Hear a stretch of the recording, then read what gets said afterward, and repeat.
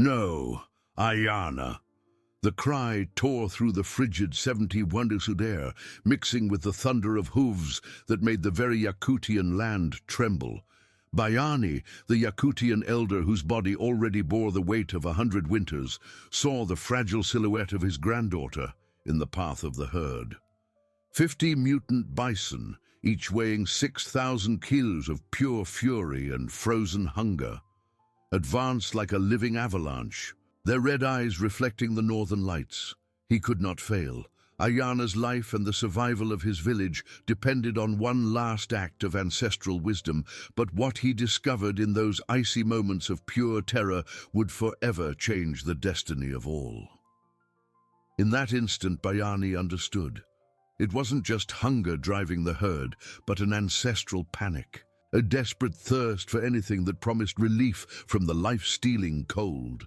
The bison's red eyes weren't just fury, they were the mirror of a primitive terror, a blind search for a path, any path, away from that white hell. His ancestors had taught that even the wildest beast under the yoke of despair could be guided not by force, but by the illusion of an escape. What he had to do wasn't to fight, but to divert, to redirect this living avalanche onto a route that would save Ayana and the village. His body, though heavy with years, reacted with forgotten agility.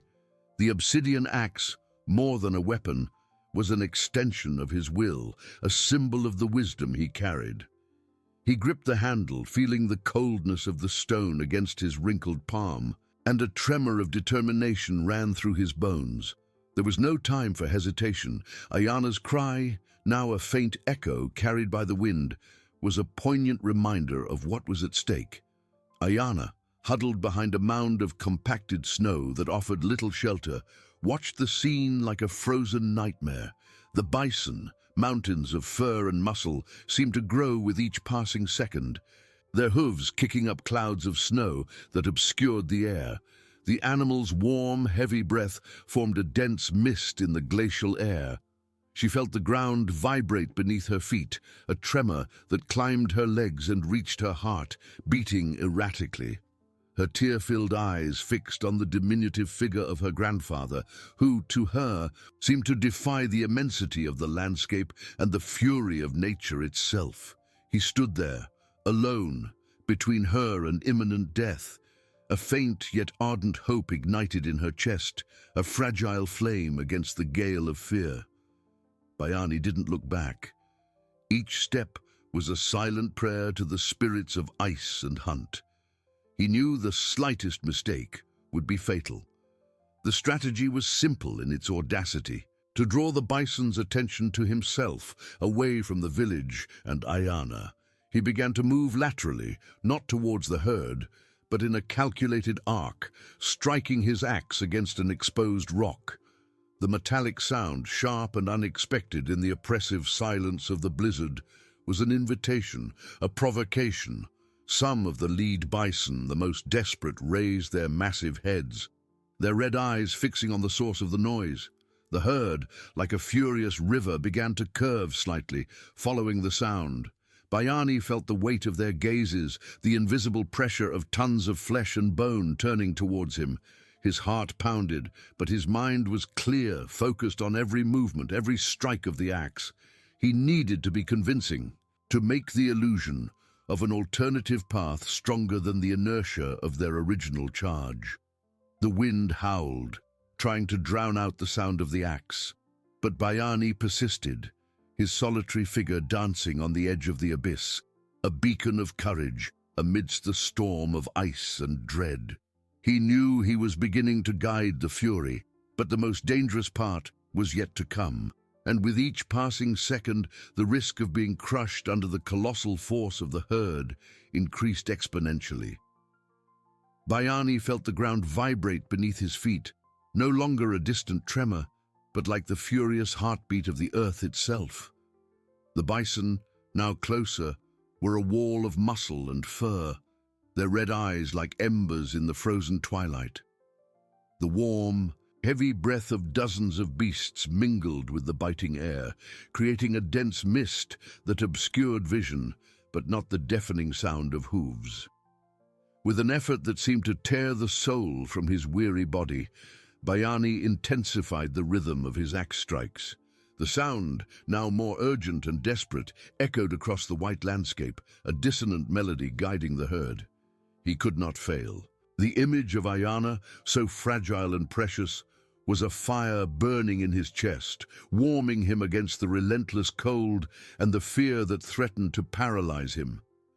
Every fiber of his being, every aged bone, cried out for rest, but the wisdom of his ancestors whispered in his mind, reminding him that true strength came not from muscle, but from unwavering will. Ayana, face pressed against the snow, watched the scene with wide eyes, her heart pounding like a war drum. Her grandfather, a tiny speck against the white vastness, moved with an agility she had never imagined in someone his age. The bison, which had previously seemed an indistinct mass, were now individuals, each with its own fury and despair. She could see the frozen foam on their muzzles, the steam rising from their nostrils, the terror in their own eyes. A warm tear ran down her cheek, freezing instantly. She wanted to scream, wanted him to come back, but knew her cry would be just another lament lost in the wind's howl. All she could do was pray, with a childlike and desperate faith, for the spirits of the ice to protect her grandfather. Bayani, aware that the herd was now almost fully committed to the new route, needed one last audacious move. He spotted the ice abyss, a treacherous fissure in the landscape, hidden beneath a thin layer of snow. It was the destination he had planned, the point of no return for the bison. With a deep breath, he ran a few steps ahead, no longer striking the axe but raising it above his head like a banner of defiance. The elder's silhouette, with the obsidian axe gleaming under the pale light, was an almost mystical sight, a final invitation to the herd to follow him. The lead bison, the leaders of the fury, responded to the call.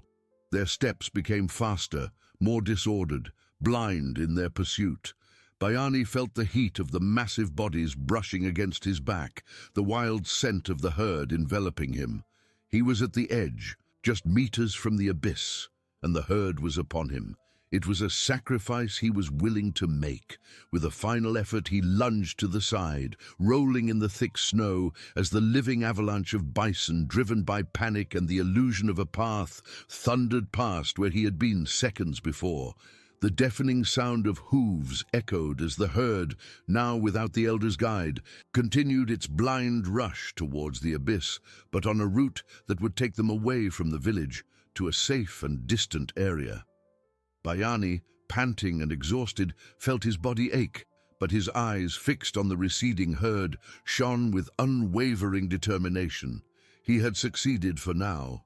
Bayani, panting and exhausted, felt his body ache, but his eyes, fixed on the receding herd, shone with unwavering determination. He had succeeded for now, an almost impossible feat for a man his age. The roar of hooves diminished, transforming into a distant echo that faded into the white vastness. The silence that followed, filled by the wind's howl and his own heavy breathing, was almost as deafening as the previous pandemonium. Every muscle in his body protested, every joint creaked under the monumental effort. He tried to stand, but his legs, once agile as a young hunter's, now felt like frozen lead. He fell to his knees in the soft snow, the obsidian axe slipping from his gloved hands and embedding itself in the snow beside him. A wave of dizziness hit him, and he closed his eyes for an instant, feeling the cold penetrate his clothes and bones. Ayana, who had watched everything with her heart in her throat, slowly emerged from her hiding place. The sight of the receding herd brought such intense relief that her legs buckled. She saw her grandfather fall, and a new fear, icy and sharp, invaded her. "Grandfather!" Her cry, this time of pure anguish, broke the silence. She ran awkwardly through the deep snow, her lungs burning in the icy air. Reaching him, she knelt beside him, her trembling hands touching his shoulder. Bayani's face was pale, marked by exhaustion, but his lips curved into a faint smile as he felt her touch. Ayana's eyes filled with tears of gratitude and concern. She couldn't speak. She just hugged the old man with all her strength, nestling against him, feeling the faint warmth that still emanated from his body. Bayani, feeling his granddaughter's tight embrace, found a final reserve of strength. He raised a trembling hand and stroked her hair. "It's all right, my little Ayana," he whispered, his voice hoarse and weak. "We are safe." The truth was he could barely breathe, but her presence, the warmth of her young body, was a balm to his exhausted soul. The immediate danger had passed, but the struggle to survive the harshest winter was far from over. The village would need all his wisdom and strength, and he knew he couldn't afford to succumb to exhaustion. He looked in the direction where the bison had disappeared, at the vast white immensity that carried them away, not with satisfaction, but with deep sadness. Those animals, though a threat, were also victims of the same relentless cold that afflicted everyone. His ancestors taught respect for all life, and Bayani felt the weight of the decision he had made, but there was no other choice. Ayana's life, the life of his village, was more precious. He had acted not out of cruelty, but out of necessity, out of love. With Ayana's help, Bayani managed to sit up. He picked up the obsidian axe, feeling its familiar weight in his hands. It was a reminder of his responsibility, of his role as protector.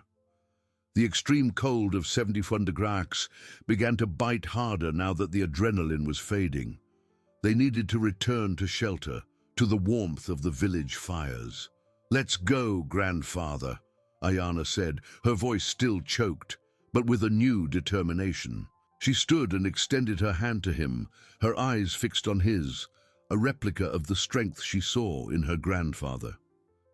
Bayani took her small, warm hand, feeling the unbreakable connection that bound them. Together, they began the slow and painful journey back, one step at a time through the deep snow. With each step, the promise of a future, however uncertain, seemed a little more real. Yakutia's pale sun, almost imperceptible, seemed to shine brighter, illuminating the way home. Bayani knew the village would be celebrating, but the true victory was having Ayana by his side, alive and safe. The journey back would be a silent testament to the resilience of his spirit and the love that bound them. The journey back, though calmer, was a new test of endurance. Each step in the deep snow was a monumental effort for Bayani, whose legs trembled under the weight of fatigue and the intensifying cold. Ayana, her hand firmly in his, felt his wrinkled, icy skin, but also the silent strength that still emanated from her grandfather. She helped him move, gently pulling him when he stumbled, her young eyes scanning the landscape for any sign of the village. The biting wind whipped their faces, raising ice crystals that stung their exposed skin, but they continued side by side, a small island of warmth and determination in the white immensity. Bayani, his ragged breath forming dense clouds in the air, looked up at the pale sky. The sun, which had barely shown itself before, was now beginning to hide again, promising an even colder night. He knew they needed to quicken their pace, but his body seemed to have reached its limit. The pain in his muscles was a constant reminder of the battle he had just fought, and exhaustion threatened to engulf him. However, Ayana's grip on his hand was an anchor, a living reminder of the purpose of his sacrifice. He could not falter, not now. Ayana, noticing her grandfather's struggle, began to hum an ancient Yakutian song, a soft and melancholic melody her mother used to sing. Her voice, though trembling from the cold, was a balm to Bayani's spirit, a connection to the past and a promise of the future. He smiled faintly, turning his head to look at her. Her eyes, though still bearing traces of fear, shone with newfound courage. She was no longer the frightened girl he had rescued. The ordeal had transformed her, revealing an inner strength he had always known she possessed. The path seemed endless. The snow, once a threat, was now an exhausting obstacle. Bayani felt his feet growing numb, and each breath was a challenge for his lungs. He stopped for a moment, leaning on the obsidian axe, which now served as a staff. Ayana stopped with him, looking at him with concern. "Grandfather, are you all right?" she asked, her voice small in the vast silence. "Yes, my ice flower," he replied with a nod. "I just need a moment." He closed his eyes, visualizing the warmth of the village fire, the faces of his neighbors, the safety of his home. The image of Ayana, smiling and playing, was the most powerful of all. It was for her that he had faced the fury of the herd, and it was for her that he would continue to fight against the cold and exhaustion. With a sigh, Bayani opened his eyes. His determination had returned, stronger than before. He squeezed Ayana's hand and began to walk again, one slow but steady step after another. With each meter they advanced, the hope of seeing the village lights grew. The connection between them was palpable, an invisible current of love and mutual support that propelled them forward. They were more than grandfather and granddaughter. They were survivors, united by an experience that had forged them in the heart of the harshest winter. The village, though still invisible, seemed to call to them, promising warmth, safety, and the celebration of a miracle. With each step, Ayana felt the responsibility to care for her grandfather, to be his strength when his faltered.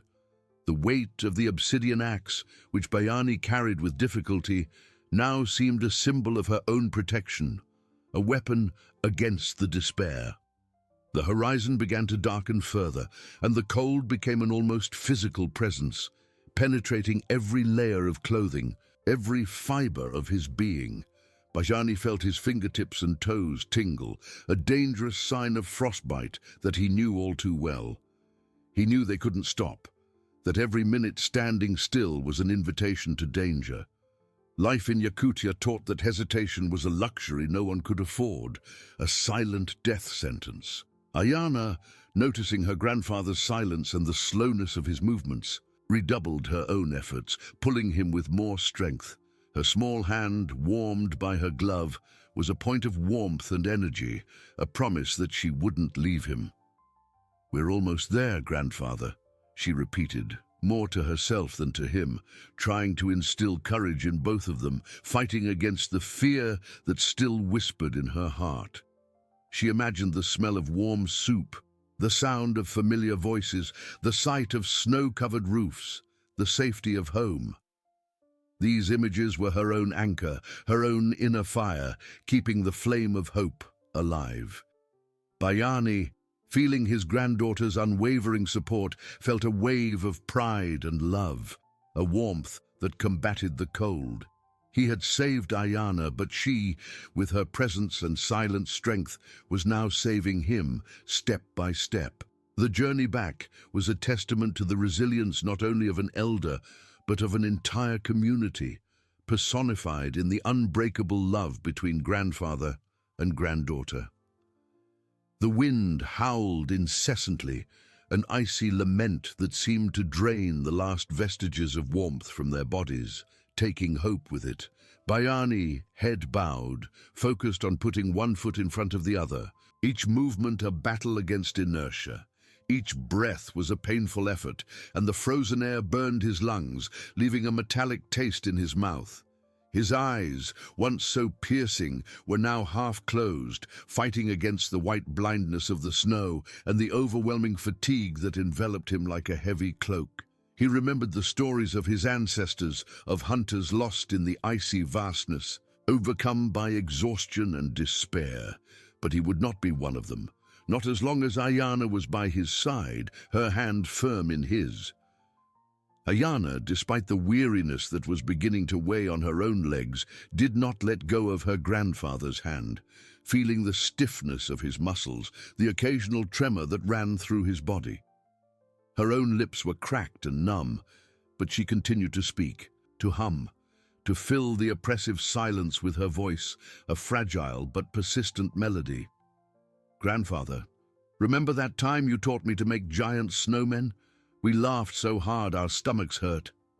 She told little stories, memories of warmer days, of laughter and safety, trying to ward off the darkness that threatened to engulf them, painting pictures of warmth and joy in her mind. Bayani, with an almost superhuman effort, managed to conjure a faint smile.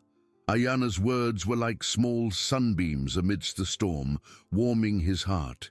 He remembered every moment she mentioned, every smile, every hug they had shared.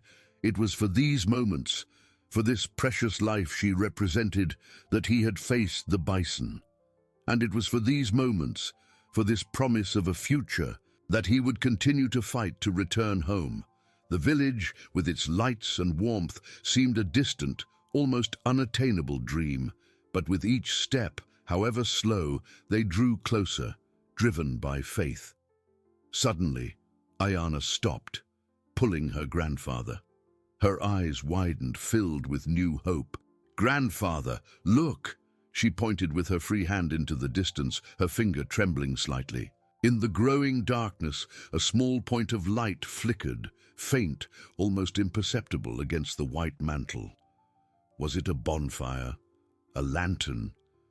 Hope exploded in Bayani's chest, renewing his strength in a way he hadn't thought possible. The village. They were close. He squeezed Ayana's hand, his eyes shining with deep emotion, tears of relief threatening to fall. "Yes, my little one. It's the village. We are home."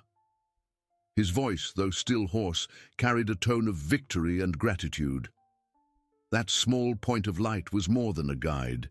It was the promise of life, of community, of a future he had fought so bravely to preserve. With renewed vigor, they resumed their march, now with an even more ardent purpose, the distant light pulling them like a magnet. Exhaustion was still there, but joy and gratitude overcame it, propelling them towards safety. They were not alone. The village awaited them, and the warmth of their home was within reach.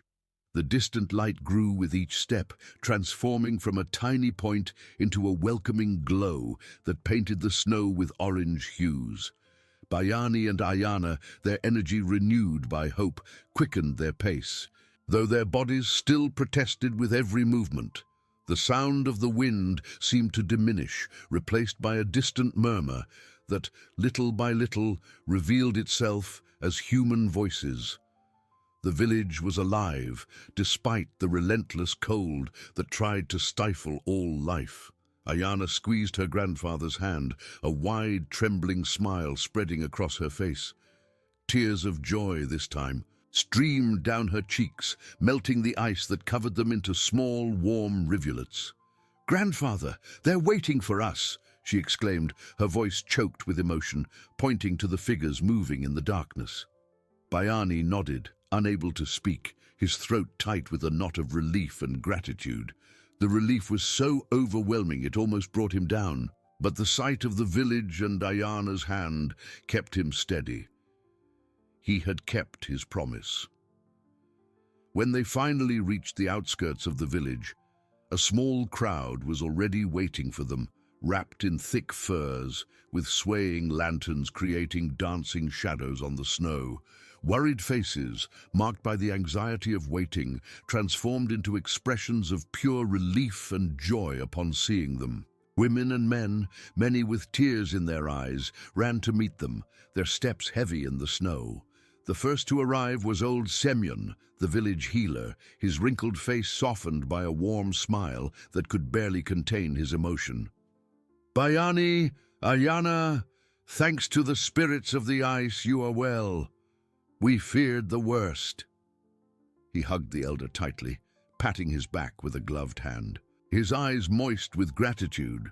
Other villagers approached, their gazes fixed on Bayani, seeking answers about the herd, but above all, expressing deep and sincere gratitude. Ayana was immediately enveloped in a tight embrace by her aunt, Lena, who wept copiously with relief. "My little one, I thought I would never see you again." Lena stroked Ayana's hair, checking every part of her body to make sure she was unharmed while holding her close. The warmth of the village fires, which they could now fully feel, was a balm for their frozen bodies. The aroma of smoke and roasted meat, though faint, promised the comfort and security they so longed for. Bayani, however, felt exhaustion descend upon him with renewed and cruel force. The adrenaline that had propelled him thus far, that had made him defy death, rapidly drained away, leaving him vulnerable and his muscles trembling uncontrollably. He tried to take a step towards the center of the village, where the main bonfire crackled with an inviting glow, but his legs abruptly gave way. Semyon, who had been observing him closely with the experienced eye of a healer, acted quickly, catching him before he fell completely into the snow. "Bayani, you are exhausted. Let's get you inside, to the warmth." But as Semyon helped him steady himself, he noticed something strange and alarming. Bayani's skin was abnormally pale, almost translucent under the flickering lantern light, and his lips, once tinged blue by the cold, now had an almost grey, worrying hue. His eyes, which had previously shone with unwavering determination, were glazed and unfocused, and his breathing was shallow and irregular, a barely audible wheezing sound. "It's not just exhaustion," Semyon murmured, his voice grave and full of apprehension, as he touched the elder's chest with his gloved hand, feeling the fever. "He has a high fever and his toes are frostbitten, Bayani. We need to act fast." The news spread like lightning among the villagers, transforming joy into shocked silence, followed by murmurs of concern. The hero who had just saved them all was now in grave danger. Ayana, who had broken free from Lena's embrace, ran to her grandfather's side, her eyes wide with dread, tears of joy replaced by an icy fear. "Grandfather? What's happening?" Deal. The smile of relief on her face transformed into a mask of deep concern and sadness. Bayani's sacrifice had been greater than anyone imagined, an invisible cost that was now revealing itself. The victory against the bison had been won, but the battle for the elder's life was just beginning, and winter still had many cruel surprises to offer. The joy of their arrival mingled with a new and deep apprehension, a somber reminder that Yakutia, even in moments of triumph, never ceased to test the resilience of its children. The community, which had just been saved, now faced the challenge of saving its savior, uniting forces against a silent and relentless enemy, the cold itself. Semyon, with a quick and decisive movement, called for other men. "Quick, we need to get him to my yurt. Prepare warm furs and the strongest fire." 2 strong villagers stepped forward, carefully lifting Bayani, their faces contorted with worry. The elder's body was heavy and limp, a painful contrast to the strength he had demonstrated moments before. Ayana, with tear-filled eyes, followed closely, her small hand still reaching for her grandfather's, even as he was carried. Lena, her aunt, enveloped her again in a protective embrace, but Ayana gently disentangled herself, her priority being to stay by Bayani's side. In Semyon's yurt, a circular and cozy space, the air was already warmer, imbued with the scent of dried herbs and smoke. The walls were lined with reindeer furs, and a robust fire crackled in the center, casting dancing shadows. Bayani was carefully laid on a bed of soft furs, while Semyon began to remove his heavy clothes with surprising agility for a man his age. The elder's toes were purple and swollen, a sight that made Ayana gasp, feeling a tight knot in her throat.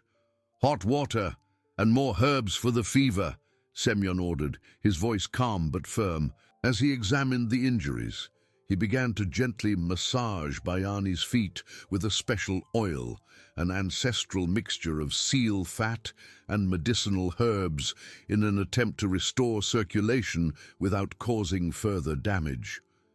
The villagers moved in silence, each fulfilling their task with solemn seriousness.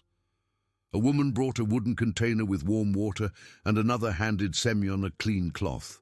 Ayana sat beside her grandfather, taking one of his hands, which was cold and inert. She held it with both hands, trying to transfer her own warmth to him.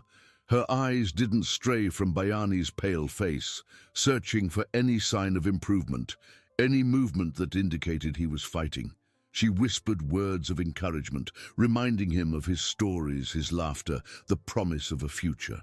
"Grandfather, you are the strongest. You saved us all. Please stay with us." Semyon, working tirelessly, watched the girl with a look of deep compassion. He knew that Bayani's strength was linked to his love for Ayana, and her presence was, in itself, a crucial part of the healing. He prepared an infusion of bitter herbs, gently blowing on it to cool it before trying to make Bayani drink. The elder swallowed with difficulty, a faint groan escaping his grey lips. It was a small sign, but it was enough to ignite a spark of hope in the hearts of those present. The night advanced, and the cold outside seemed to want to invade the yurt, but the warmth of the fire and the unity of the villagers formed an impenetrable barrier. With each warm compress, each careful massage, each silent prayer, the community demonstrated its altruism and deep connection.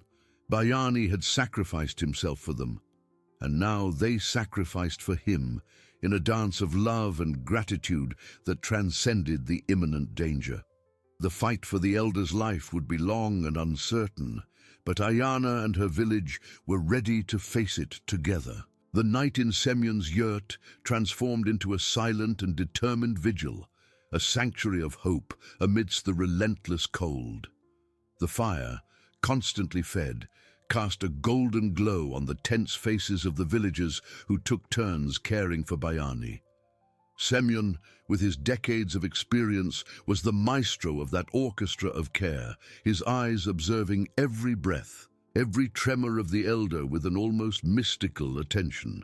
He applied warm compresses to Bayani's frostbitten feet, with the delicacy of one handling a fragile treasure, and massaged his limbs with fragrant oils, an ancestral mixture of seal fat and Siberian pine extracts, trying to reanimate the blood that seemed to have fallen asleep in his veins. With each touch, a silent prayer was made, a plea to the spirits of Yakutia that life would not abandon their bravest hunter. Ayana didn't leave her grandfather's side. Sitting on a small reindeer hide, she held Bayani's hand, feeling the faint warmth that Semyon was trying to restore. Her eyes, red with fatigue and worry, scanned her grandfather's pale face, searching for any sign of recognition, any flicker that indicated his presence. She continued to whisper stories and songs, the same ones he had told her on winter nights, hoping her voice could reach him, pull him back from the icy abyss. "Grandfather, remember the time the polar bear tried to steal our dried fish? You scared him with such a loud shout that he fled to the horizon," she recounted, her voice choked but full of love, a thread of melody that defied the oppressive silence. Lena, Ayana's aunt, brought hot tea and nourishing broth for Semyon and the girl, insisting they eat and stay strong. She watched her niece with a mixture of admiration and sadness, seeing resilience blossom in such a young heart. Ayana, so small, already carried the weight of immense responsibility, a strength that surpassed her young age. Other villagers, men and women, came and went from the yurt, bringing more firewood for the fire, offering their prayers, their gazes full of solidarity and gratitude. The yurt, though small, seemed to house the heart of the entire community, beating in unison for Bayani's life. Time dragged on, slow and heavy like the snow falling outside, covering the world in a white, silent mantle. The wind's howl was a constant reminder of winter's ferocity, of the battle Bayani had fought and the one he now waged in his bed. The elder's fever rose and fell like a treacherous tide, and Semyon passed damp cloths over his forehead, trying to alleviate the heat that consumed his body. He prepared infusions of rare herbs, secretly gathered in the icy mountains, mixing them with honey and reindeer fat, hoping to strengthen Bayani's spirit and ward off ill omens. At one point, Bayani coughed faintly, a hoarse sound that made Ayana's heart leap. His eyes, for a brief instant, seemed to focus on her, a fleeting glimmer of recognition before losing themselves again in the fog of illness. Ayana squeezed his hand harder, a tear of hope running down her cheek, warm against the cold of her face. "Grandfather," she whispered, her voice full of deep emotion, a silent plea. Semyon, who watched the scene with the wisdom of his years, nodded, a small smile of encouragement on his wrinkled lips. It was a sign, however small, that Bayani was still there, fighting with all his strength against the darkness. The community would not give up. Gratitude for his bravery transformed into a current of energy, a protective shield against the darkness of winter that tried to steal their hero. With each passing hour, with each gesture of care, the deep connection between them deepened, proving that the true warmth of Yakutia came not only from the fire, but from the human heart. The fight for Bayani's life was the fight for the soul of the village, a testament to collective resilience and the love that united them in a common purpose. The dawn, though still unseen, seemed to promise a new beginning, a new chance for the elder who had defied death. The dawn finally revealed itself, painting the horizon with soft hues of pink and gold, a gentle contrast to the darkness of the night Bayani faced. Inside Semyon's yurt, the fire crackled with renewed energy, and the air, though still heavy with concern, seemed to carry a new promise.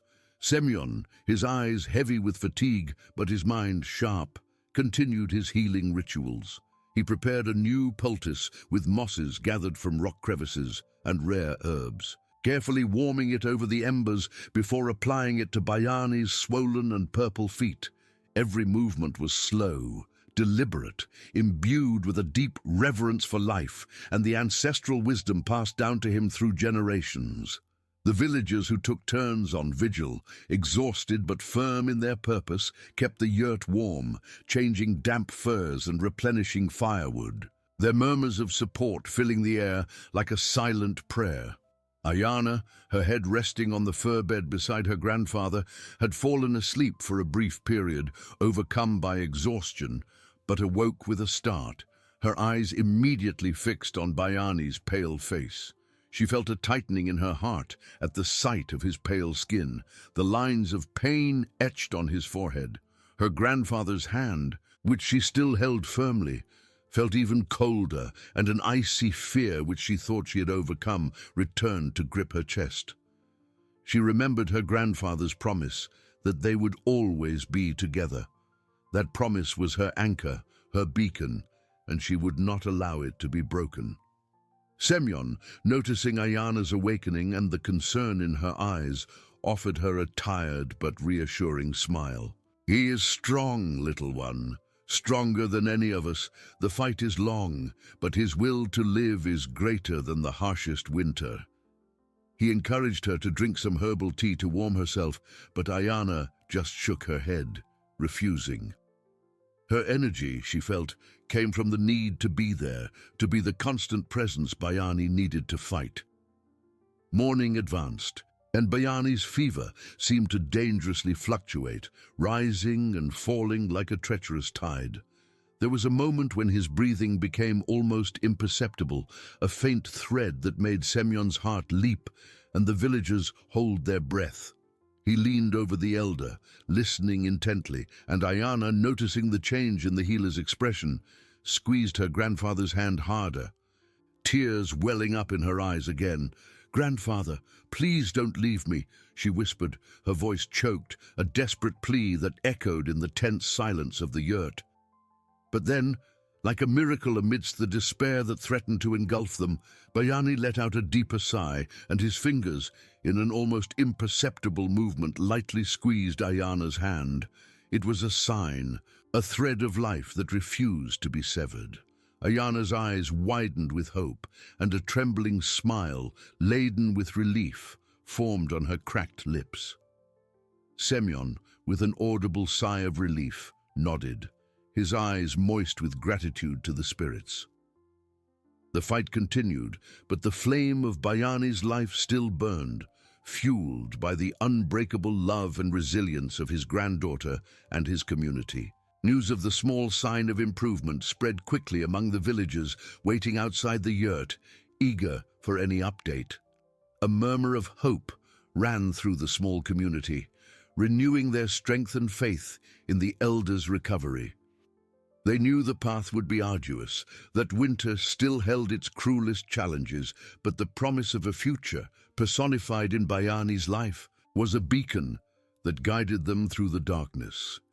Semyon's yurt, once a place of deep apprehension, now pulsed with renewed energy, a silent testament to the power of human connection and the unconditional love that bound them. Each of them, in their own way, contributed to Bayani's healing, weaving a network of support that enveloped him, protecting him from darkness and cold. Yakutia, in its relentless cruelty, also revealed the untamed beauty of solidarity, transforming the most biting cold into a catalyst for unity and overcoming adversity. The renewed energy in Semyon's yurt transformed apprehension into a current of hope that seemed to defy winter itself. Every villager, with their watchful gaze and ready hands, was a link in this chain. Strengthening the invisible barrier that protected Bayani, Semyon, the healer, continued tirelessly, his wrinkled fingers working with the precision of a craftsman. He prepared more infusions, mixing rare herbs with almost sacred care. Murmurs of ancient prayers accompanying each gesture, the earthy scent of roots and the pungent aroma of pine filled the air, creating an atmosphere of healing and deep devotion. Ayana, sitting beside her grandfather, did not let go of his hand. The warmth she tried to transmit to Bayani was more than physical. It was a warmth of unconditional love, a silent promise that she would be there, no matter what. She watched his every breath, every subtle movement of his chest, as if her own life depended on it.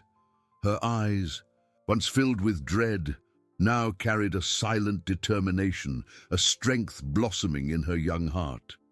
She began to softly sing a lullaby her mother had taught her, a gentle melody that spoke of frozen rivers and shining stars, hoping that the familiarity of her voice and the song could reach Bayani in his fog of pain and bring him back.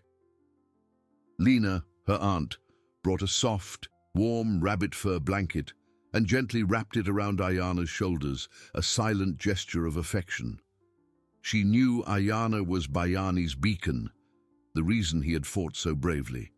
The community, in turn, continued to take turns, bringing more firewood for the fire, offering prayers, and sharing stories of other harsh winters, of triumphs and the indomitable resilience of the Yakutian people. The yurt was a microcosm of the village, a sanctuary where hope was cultivated with the same care as the last summer seed was protected, a place of unity. The day advanced slowly, and the sun, though weak, began to melt the ice on the yurt windows, allowing pale rays of light to enter and touch Bayani's face. The elder, who until then had remained in a state of semi-consciousness, began to show clearer signs of response. His eyes, previously glazed, blinked a few times, and a stronger groan, laden with slight discomfort, escaped his lips. Semyon, who was changing the compresses on his feet, noticed a faint pinkish color beginning to return to his toes, an encouraging sign that circulation was, slowly, being restored to his frozen limbs. Ayana, noticing the change, squeezed her grandfather's hand, her heart pounding in her chest, a wave of relief washing over her. "Grandfather, can you hear me?" she asked, her voice choked with emotion and anxiety. She leaned in, her voice full of deep emotion. Bayani, with a visible effort, moved his head slightly, an almost imperceptible movement, but one that for Ayana and Semyon was like the rising of a new sun, dispelling the shadows of doubt.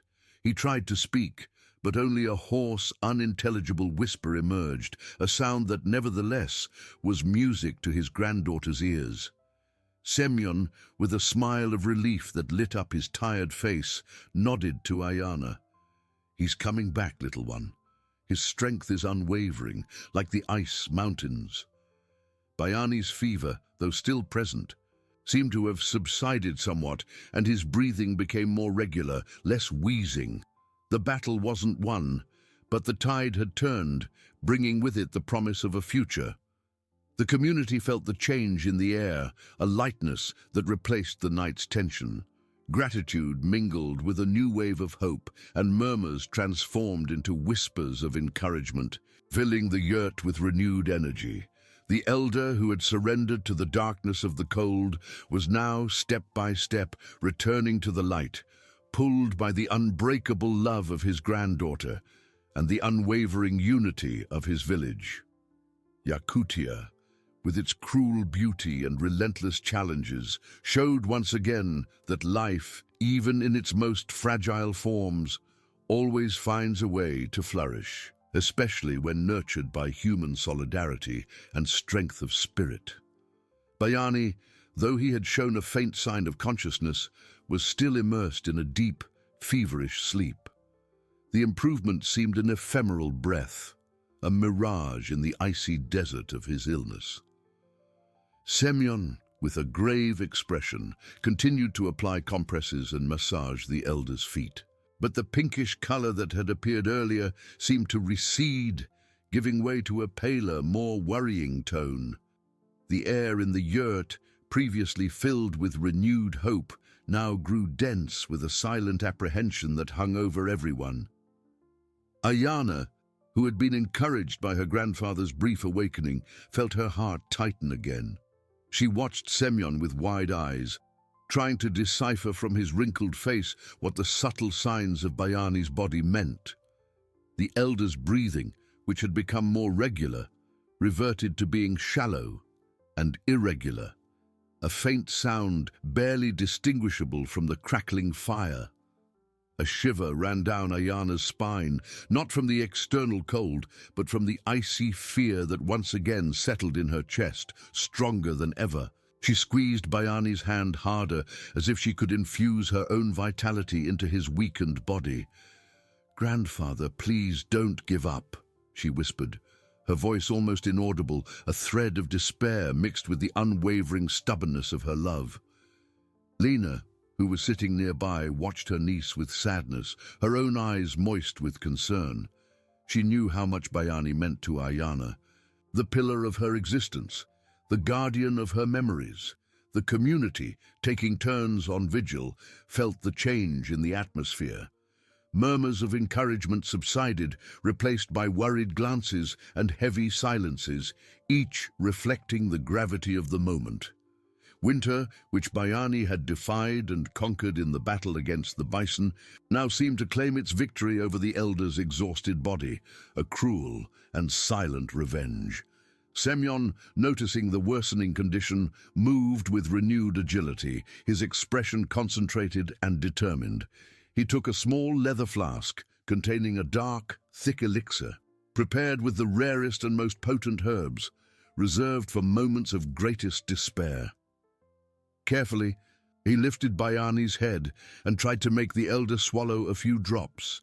Bayani coughed faintly, and most of the liquid dribbled from the corners of his mouth, an alarming sign of his extreme weakness. Ayana felt panic rise in her throat, suffocating her. The images of her strong, fearless grandfather facing the giant bison contrasted painfully with the fragility he now displayed, almost inert. She leaned over him, her face close to his, tears streaming freely down her cheeks. "Grandfather, you promised. You promised we'd always be together," she pleaded, her voice choked, a silent cry from her heart that seemed to echo through the yurt's walls. Semyon, seeing the despair in the girl's eyes, placed a comforting hand on her shoulder. "He is fighting, Ayana. He is fighting with all his strength." But his voice, though calm, could not hide the gravity of the situation. Bayani's toes were purple again, and the cold seemed to deepen into his bones, reaching his very essence. The fever, which had subsided, returned with terrifying intensity, burning his body from within. The elder began to tremble uncontrollably, a spasm that shook his fragile body, a sign that life clung by a thread. The entire yurt seemed to hold its breath, time suspended. It was the climax of the battle, not against bison or blizzards, but against life itself ebbing away, an invisible and relentless enemy. Semyon, with a determined gaze and unwavering faith, knew he needed more than herbs now. He needed the strength of connection, the collective energy of the community. He called the villagers closer, asking them to place their hands on Bayani, transferring their warmth and hope, their silent prayers. One by one, the worried faces approached, their gloved hands gently touching the elder's body, forming a circle of human energy, a shield of love. Ayana, at the center of this circle, continued to hold Bayani's hand, her eyes fixed on his face, her soul crying out for him, a desperate plea. Yakutia, which had taken so much, now witnessed the unwavering unity of a people who refused to lose their hero, a testament that love and solidarity were the most powerful weapons against the darkness of winter. Bayani's fate, and in a way the village's own, hung on the thin thread of that moment, a climax of emotions and hope that defied death itself. The warmth of the villagers' hands, combined with Ayana's unwavering faith, seemed to infuse new life into Bayani's icy veins. Slowly, the elder's breathing, previously a faint thread, began to deepen, a more audible sound that broke the tense silence. His tremors subsided, and the stiffness that seemed to imprison his body yielded, like ice surrendering to the first ray of spring sun. Ayana felt the change first. Bayani's hand, which she held so tightly, responded with a firmer squeeze, a clear and unmistakable sign that he was there, fighting back. Her eyes widened, and a sigh of relief escaped her lips, transforming her plea into a prayer of gratitude. "Grandfather," she whispered, her voice choked with emotion, but now tinged with vibrant hope. Semyon, who watched with the wisdom of his many winters, saw color slowly return to Bayani's pale lips, a faint blush spreading across his cheeks.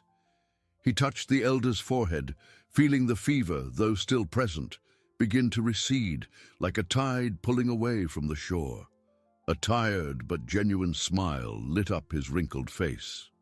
"He's coming back to us, Ayana. His spirit is stronger than winter." The news, conveyed by glances and whispers, spread through the circle. The villagers, who had held their breath, released it in a chorus of relief. Some wept in silence, others nodded, their hearts overflowing with gratitude and renewed faith.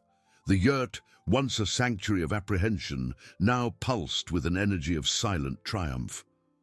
Bayani, with a monumental effort, opened his eyes. It wasn't the vivid sparkle of before, but a hazy gaze that nevertheless found and fixed on Ayana's tear-filled eyes. A faint smile, almost imperceptible, curved his lips.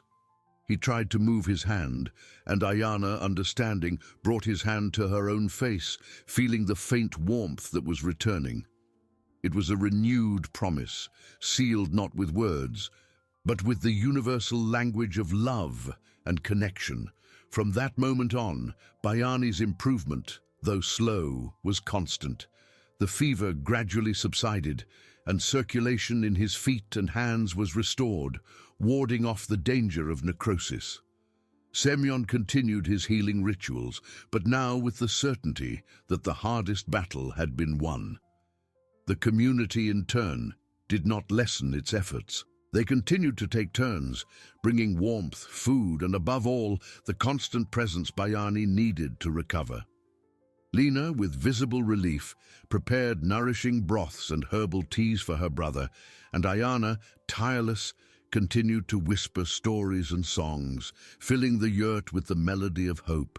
Days turned into weeks, and Bayani, though still weak, began to sit up, to speak in whispers, to recognize each face that leaned over him with affection. His voice, once hoarse, regained some of its former strength, and his eyes, though still tired, shone with deep gratitude.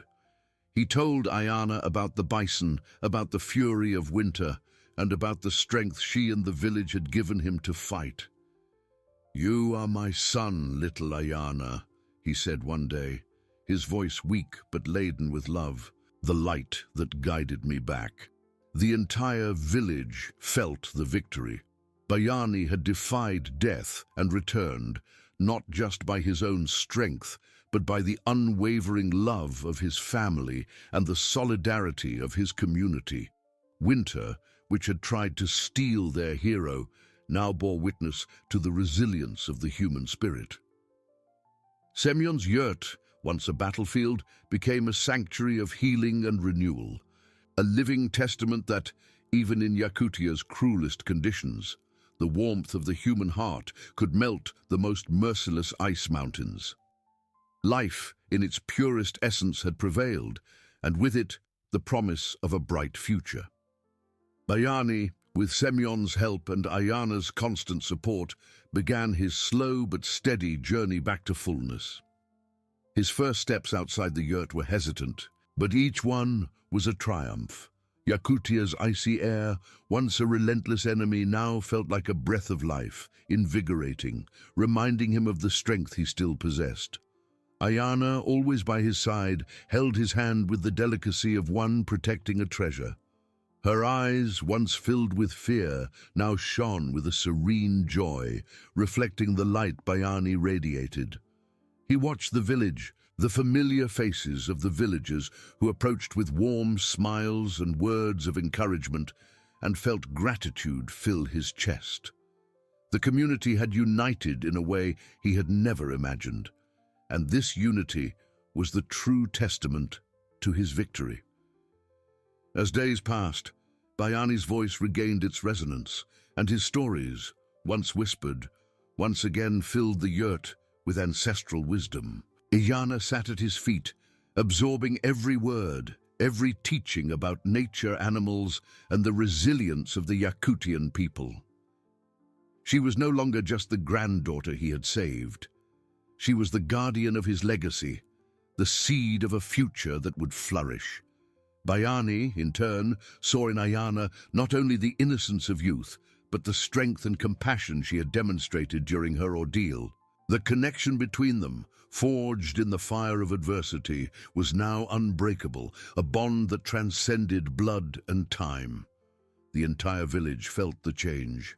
Winter, which had brought so much suffering, had also revealed the depth of their solidarity.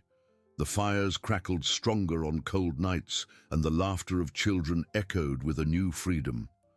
Bayani's act had not only saved lives, he had rekindled the flame of hope in every heart, reminding everyone that even in the face of the impossible, unity and love could move mountains.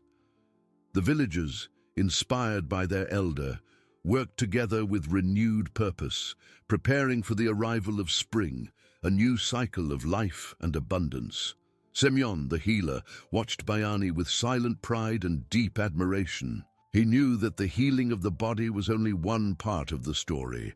The healing of the village's soul was the true magic that had occurred.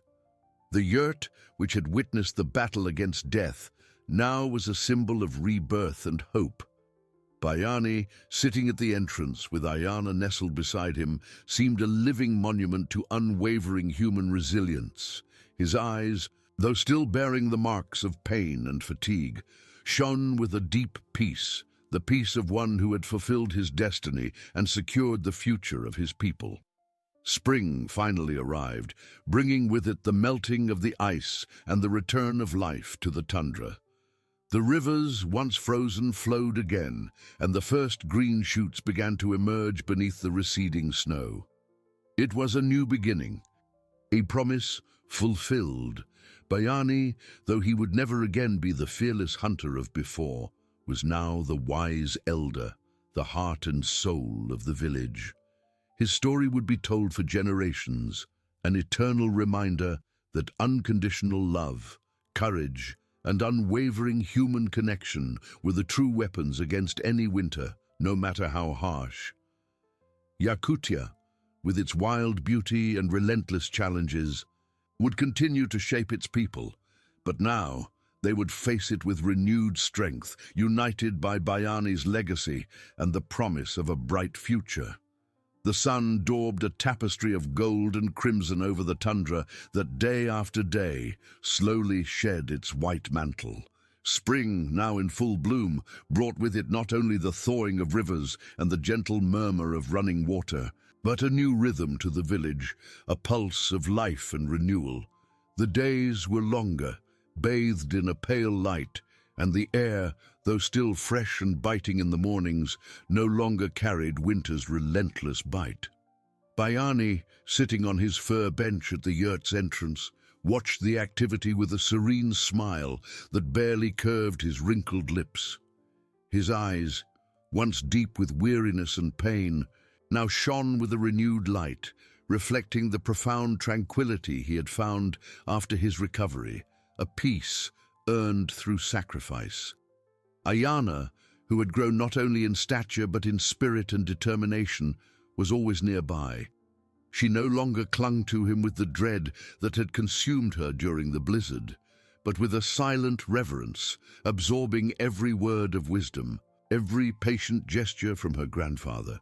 She helped him prepare herbs for Semyon, mend the small hunting tools he had once used, and even weave fishing nets that would be cast into the now free-flowing rivers, ready for the season's abundance. Bayani's wisdom was no longer just a distant legend, it was a living, palpable lesson, passed down from generation to generation through the touch of his hands and the sparkle in his eyes. The entire village, invigorated by the survival and miraculous recovery of its hero, worked in unison, with renewed purpose. However, the memory of the harshest winter, of its cruelty and the losses it brought, still weighed on their hearts. A discussion, initially a murmur, began to grow about where to establish new grazing grounds for the few reindeer herds that had survived the hunger and cold. The young, full of energy and eager to innovate and optimize resources, wanted to use a more distant area, promising greater abundance and virgin pastures. The elders, cautious and marked by experience, preferred the safety of closer lands, even if less fertile, fearing new dangers and the animals' vulnerability. The discord, though small in a stranger's eyes, threatened to crack the community's newly strengthened unity. Bayani, sensing the tension settling like a cold mist over the spring's enthusiasm, called the leaders of each group to his yurt. With his calm and thoughtful voice, which carried the weight of countless winters and summers, he did not impose a decision. Instead, he sat down, inviting them to sit as well, and told an ancient story about an even more distant famine winter, and the importance of balancing ambition with prudence. He spoke of the need to listen to the land, to respect nature's cycles, and above all to trust each other, for true strength resided in cohesion. The true strength of a community, he said, his deep blue eyes meeting each of theirs with a gentle intensity, lies not in the richness of its pastures, but in the solidity of its bonds. A distant pasture may promise more food, but a divided heart will bring the cruelest hunger, the hunger of spirit. He suggested a compromise, a middle path, to use the closer area for most of the animals, ensuring immediate safety, but to send a small reconnaissance group to the distant area, preparing it for the future, without risking everything at once. Bayani's wisdom, distilled from a lifetime of challenges and triumphs, deeply touched the hearts of those present. The young saw prudence in the elders' experience, and the elders vision and impetus in youthful enthusiasm. An agreement was reached, sealed not by written rules, but by mutual understanding and renewed respect that radiated from each person. Ayana, who had listened in silence, felt immense pride for her grandfather, a warm wave spreading through her chest. She understood that Bayani's greatest battle had not been just against the giant bison, but against despair and disunity. and that his greatest victory was the resilience and unity he had inspired in his people. The village, now more united than ever, began preparations for spring with a renewed purpose, each member contributing their effort and faith. Bayani's legacy was not just a memory of courage, it was a living guide for the future, a moral compass amidst Yakutia's challenges. The cold and wild beauty of the land would continue to test them, but the people, strengthened by love, wisdom, and unwavering human connection, were ready to face it, together as a family.